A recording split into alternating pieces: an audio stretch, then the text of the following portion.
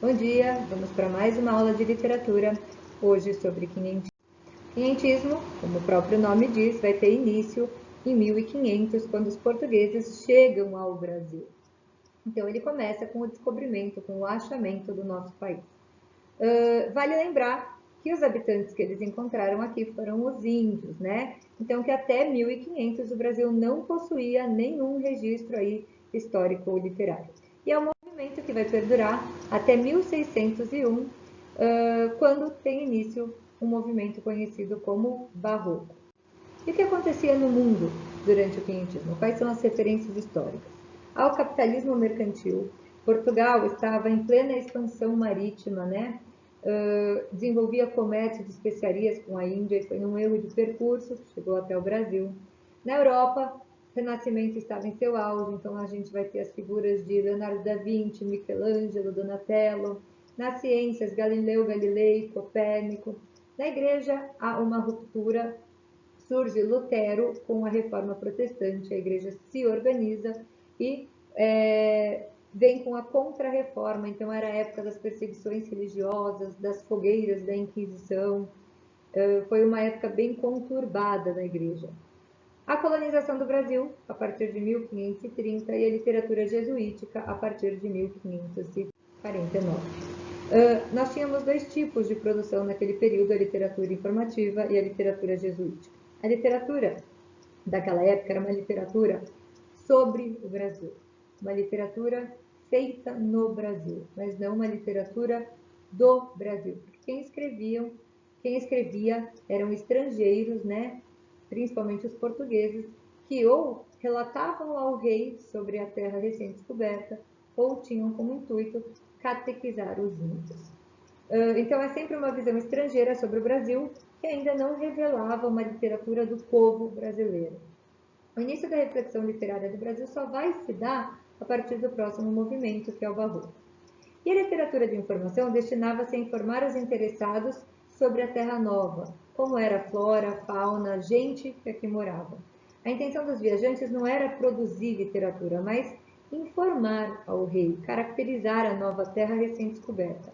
Através dessa literatura, se tem a ideia aí do espanto europeu diante desse mundo novo, todo tropical e exótico. E além da descrição, os textos vão revelar aí muitos ideais portugueses de exploração dessa nova terra. No período informativo, os autores não eram literatos, eles tinham só a intenção de informar sobre a nova terra.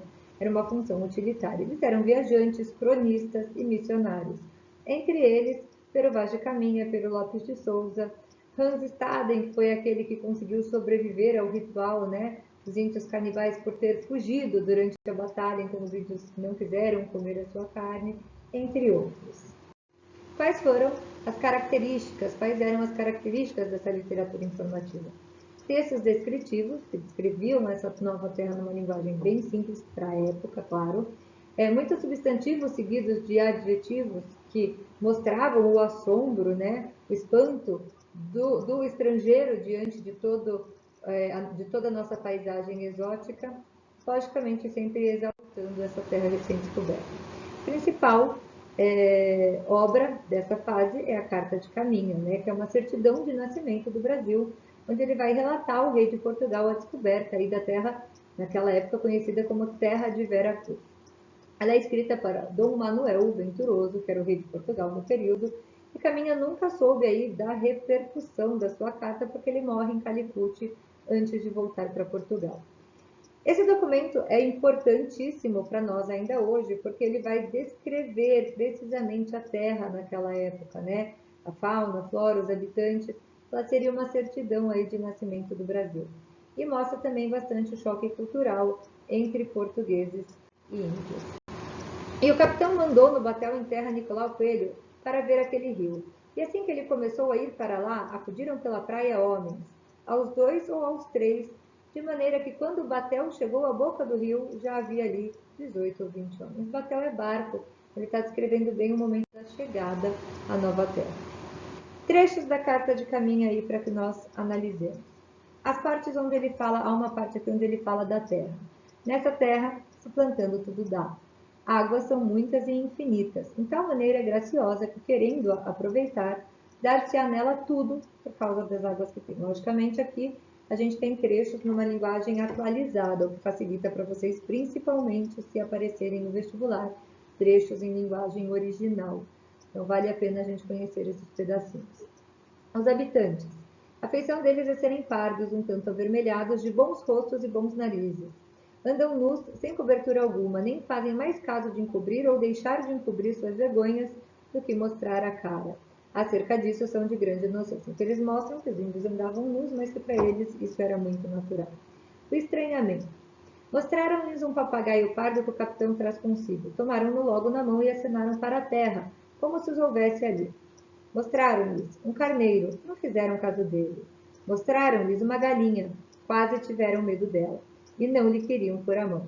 Depois lhe pegaram, mas como espantados. Mostra um pouquinho do espanto dos animais, que eram comuns aqui, e da galinha, né, no caso aí não era, porque senão os índios não teriam se espantado tanto. As intenções dos europeus. A carta revela bastante a intenção do europeu também. De ponta a ponta toda a praia muito chã, muito formosa. Pelo sertão nos pareceu vista do mar muito grande, porque a estender olhos não podíamos ver senão terra e arvoredos. Terra que nos parecia muito extensa, até agora não pudemos saber se há ouro ou prata nela, ou outra coisa de metal ou ferro. Nem a vimos. Contudo, a terra incide muitos bons ares frescos e temperados, como os de entre Douro e Minho, porque nesse tempo de agora assim os achávamos como os de lá. Águas são muitas, infinitas. Então ele vai descrever a natureza, mostrando as intenções de exploração, vai falar da terra, que parece, né, que se plantando tudo dá, vai falar das águas também. E a influência religiosa.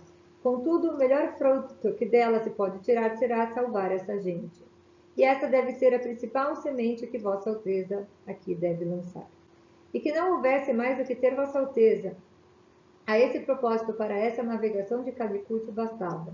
Quanto mais disposição em se fazer cumprir e fazer o que Vossa Alteza tanto deseja saber, acrescentando-se a expansão da fé. Então, vai falar dessa intenção de catequização aí dos índios. A exploração da terra e a propagação, a divulgação, a ampliação do domínio da igreja através da catequização dos índios. Bom, a carta de Pero Vaz de Caminha tem importância por três aspectos. Primeiro, literário, pela carga de elementos líricos que contém. O segundo e o principal, o histórico, por ser a primeira, portanto, a mais importante referência sobre o nosso país. E linguístico, por ser também o primeiro aí texto em língua portuguesa escrito em terras brasileiras.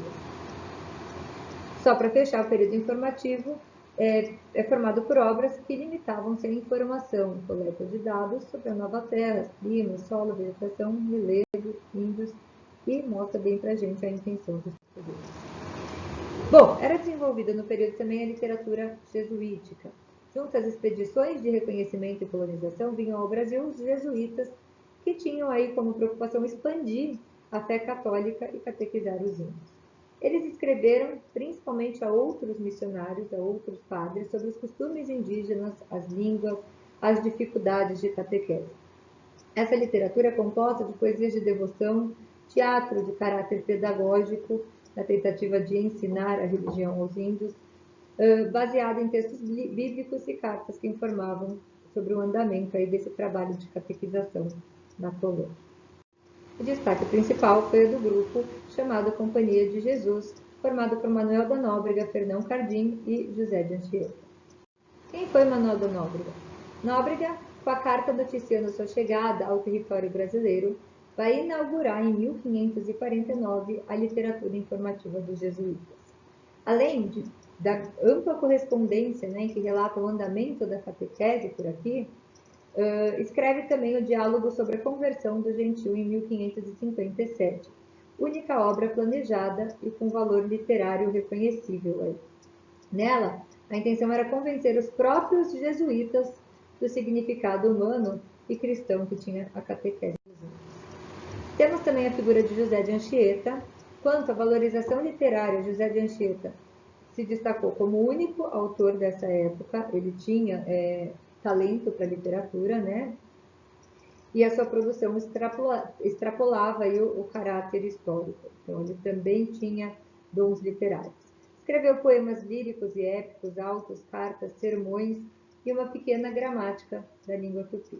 Além do caráter informativo e educacional, algumas das suas obras visavam apenas satisfazer a sua vida espiritual. Abaré Bebê significa Padre Santo Voador.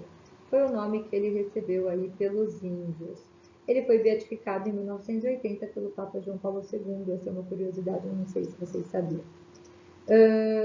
Ele misturava 3 línguas, o tupi, o português e o espanhol, além da citação ali em latim.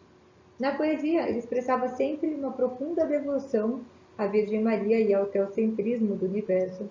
Ele pregava o distanciamento do pecado, encontrando o consolo divino e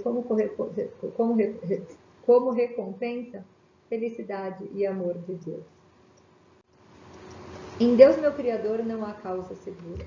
Tudo quanto se vê se vai passando, a vida não tem dura. O bem se vai gastando, toda criatura passa voando. Contente assim minha alma do doce amor de Deus toda ferida, o mundo deixa calma, buscando outra vida, na qual se deseja ser absorvida.